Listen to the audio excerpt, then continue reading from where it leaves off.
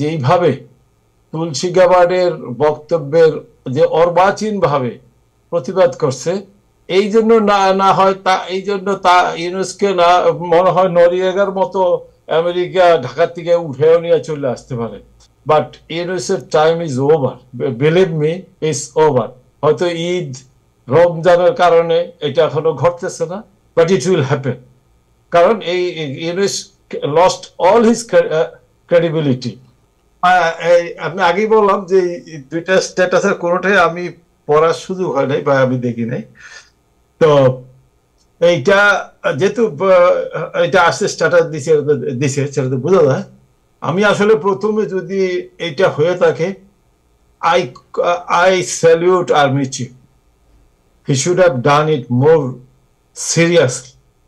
কারণ army chief বা army বাংলাদেশের, আমরা কখনো জীবনে আর্মির পক্ষে ছিলাম না যে আর্মি ক্ষমতা নিক, কিন্তু 96 সালের যে ওই সময় ক্ষমতা ছাড়ার সময় যে খালেদা জিয়ার সময় যে খালেদা জিয়া একটা খুয়ের পায় তারা করলো, ওই সময় আর্মির ভূমিকার সময় আমরা আর্মিকে সমর্থন দিয়েছিলাম যে না, this is not right.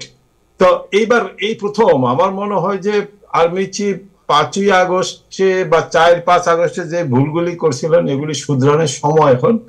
Army chief বাংলাদেশকে বাঁচানো উচিত, একমাত্র বাংলাদেশের সেনাবাহিনী এখন পারে বাংলাদেশকে ইউনুস গংয়ের এই জঙ্গি সরকার হাত থেকে বাংলাদেশকে, জনগণকে বাঁচাইছে। আমি আগেই বলছি, বাংলাদেশের এখন তো মেয়েরা ঘর থেকে বেরোতে পারে না, মানুষ সন্ধ্যার পরে ঘরের থেকে বেরোয় না, everything is under control by Hizbut Tahrir.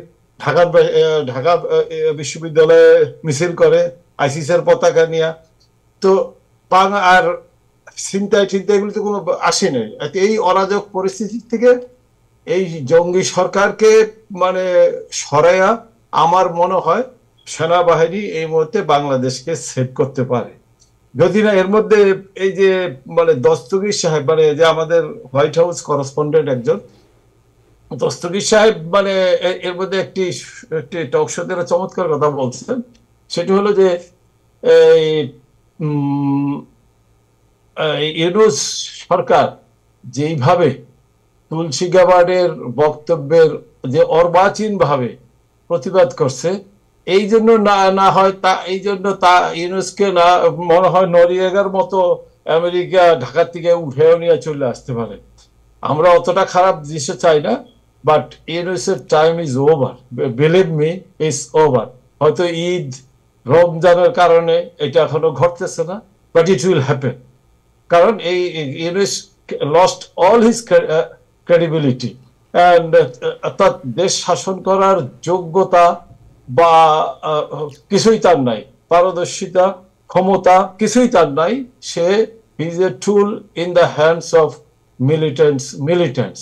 এবং সেই জঙ্গি হিজবুত তাহরির যেটা ব্যান্ড সংগঠন, তারা যেভাবে ঢাকার রাস্তায় পদচারণা করতেছে, এতে বাংলাদেশের কপালে জঙ্গি যেটা তুলসী বলছে এইটা ঘটে গেছে এবং এর থেকে বেরোনো বেশ কঠিন আছে যদি না ইউনুস সরকারের পতন ঘটে। We expect it will happen very soon. Thank you. So আপনারা চাচ্ছেন ইউনুস সরকারের পতন ঘটাতে, রাইট? অবশ্যই পতন, আমরা এই জঙ্গি সরকারের কিভাবে পতনটা হবে? কি আর্মির মাধ্যমে? আপনারা কি আর্মিকে চাচ্ছেন যে আর্মি এসে ক্ষমতা দখল করুক? আর্মির মাধ্যমে বা আপনি তো আর্মিকে একটু আগে বললেন যে আর্মি এই প্রথম মানে এটা আর্মি যদি করে থাকে, আই স্যালিউট আর্মি চিফ, কারণ he did the right thing.